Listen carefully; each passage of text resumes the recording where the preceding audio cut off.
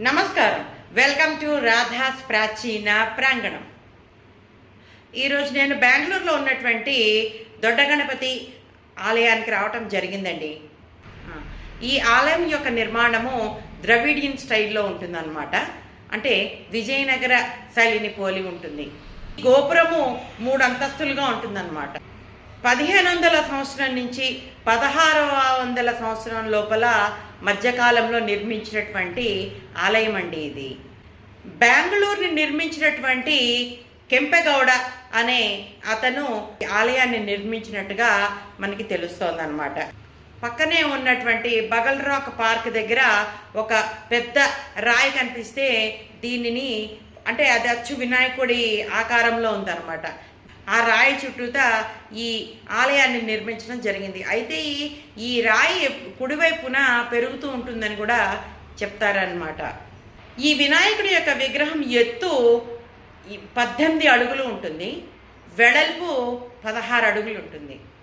చాలా అతిపెద్ద విగ్రహం కావడమే ఈ ఆలయం యొక్క విశేషం. ఈ ఆలయంలో విశేషంగా స్వామివారికి వెన్నతోటి అలంకారం చేయడం, అంటే సంవత్సరానికి ఒకసారి 100 కిలోల వెన్నతోటి స్వామివారికి అభిషేకం చేస్తారు. ఒక విచిత్రం ఏంటంటే ఈ వెన్న కరగదు, అలాగే ఉండిపోతుంది. అలాగే అప్పుడప్పుడు డ్రై ఫ్రూట్స్ తోటి అంటే బాదాము, కిస్మిస్, అలాగే వెజిటబుల్స్ తోటి కూరగాయలతోటి కూడా ఈయనకి అలంకారం చేస్తూ ఉంటారు అన్నమాట.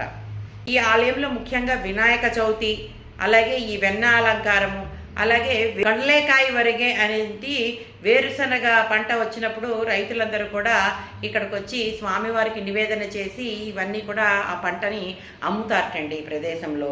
అది కూడా చాలా పెద్ద ఉత్సవంగా చేస్తారట ఇక్కడ.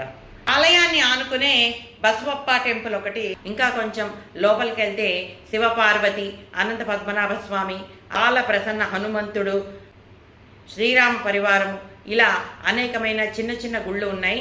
అక్కడ వాళ్ళు చెప్పడం ప్రకారము ఆ విగ్రహాలన్నీ కూడా స్వయంభూ విగ్రహాలండి.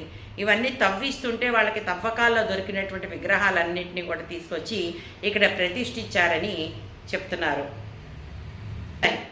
ఈ ఆలయం టైమింగ్స్ పొద్దున 6:30 నుంచి మధ్యాహ్నము 12:30 దాకా, అలాగే సాయంకాలం 5:30 నుంచి 8:30 దాకా. ఆల్రెడీ మీలో చాలామంది చూసే ఉంటారు. ఎవరైనా చూడకపోతే కనుక తప్పకుండా వచ్చి ఈ ఆలయాన్ని దర్శించుకోండి. వచ్చే సంచికలో బుల్ టెంపుల్ గురించి తెలుసుకుందామండి. అంతవరకు సెలవు.